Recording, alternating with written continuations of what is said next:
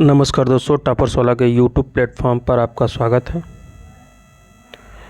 दोस्तों, बात करी जाएगी कल की आरटीआई रिप्लाई की, लेखा परीक्षक भर्ती।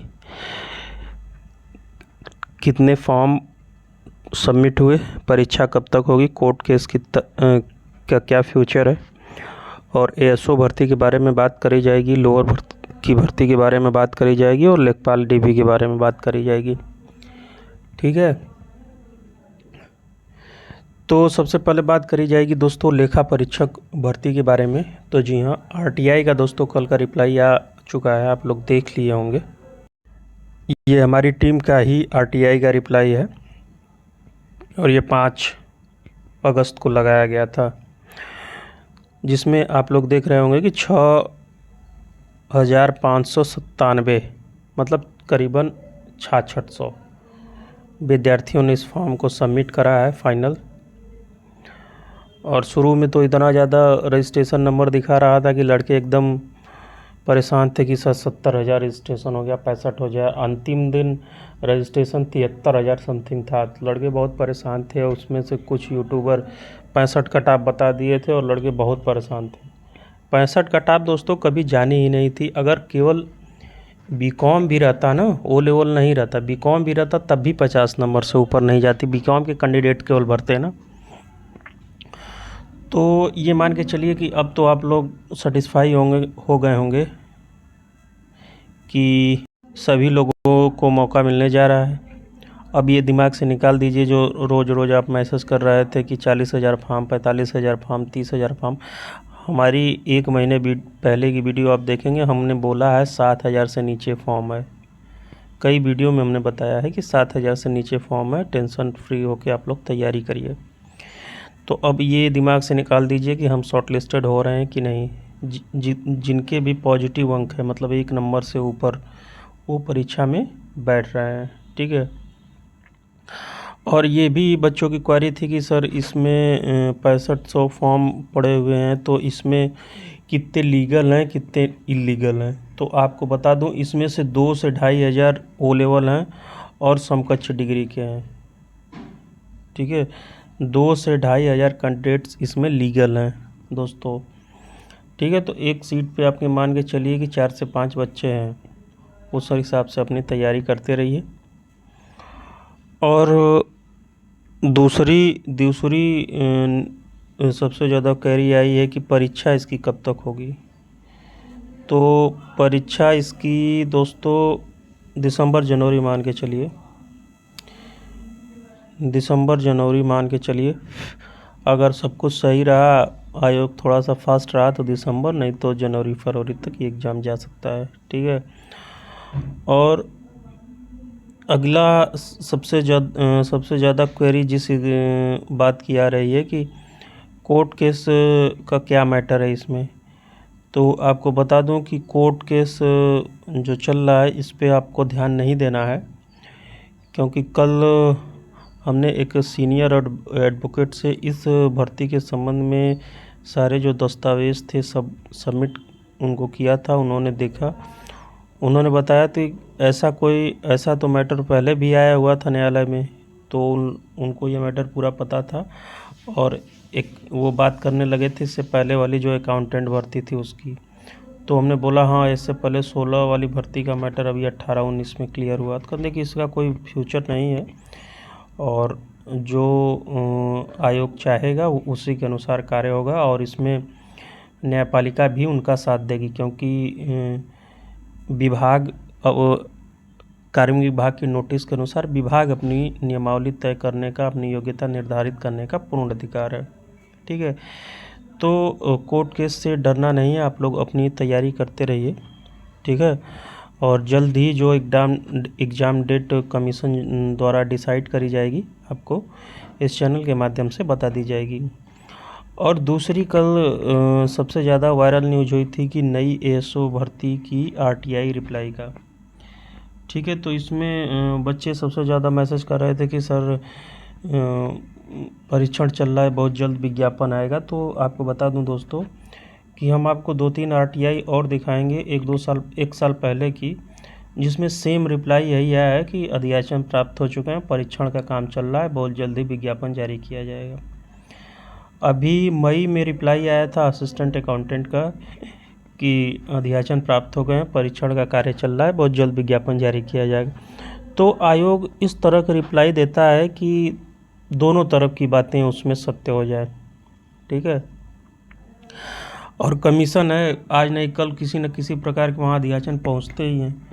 तो इसमें सबसे सटीक चीज़ है कि पदों की संख्या अगर बताता कमीशन, क्योंकि एक लोग इससे पहले गए थे मई जून में, तो उन्होंने यही बोला था कि आप आरटीआई का रिप्लाई दीजिए और हम भर्ती निकाल देंगे। तो आरटीआई भी इस तरह से आरटीआई का जवाब दिया जाता है ताकि बच्चे संशय में रहें। आप इस आरटीआई को लेके कमीशन नहीं जा सकते, क्योंकि इसमें पदों की संख्या का किसी प्रकार का जिक्र नहीं किया गया है, ठीक है।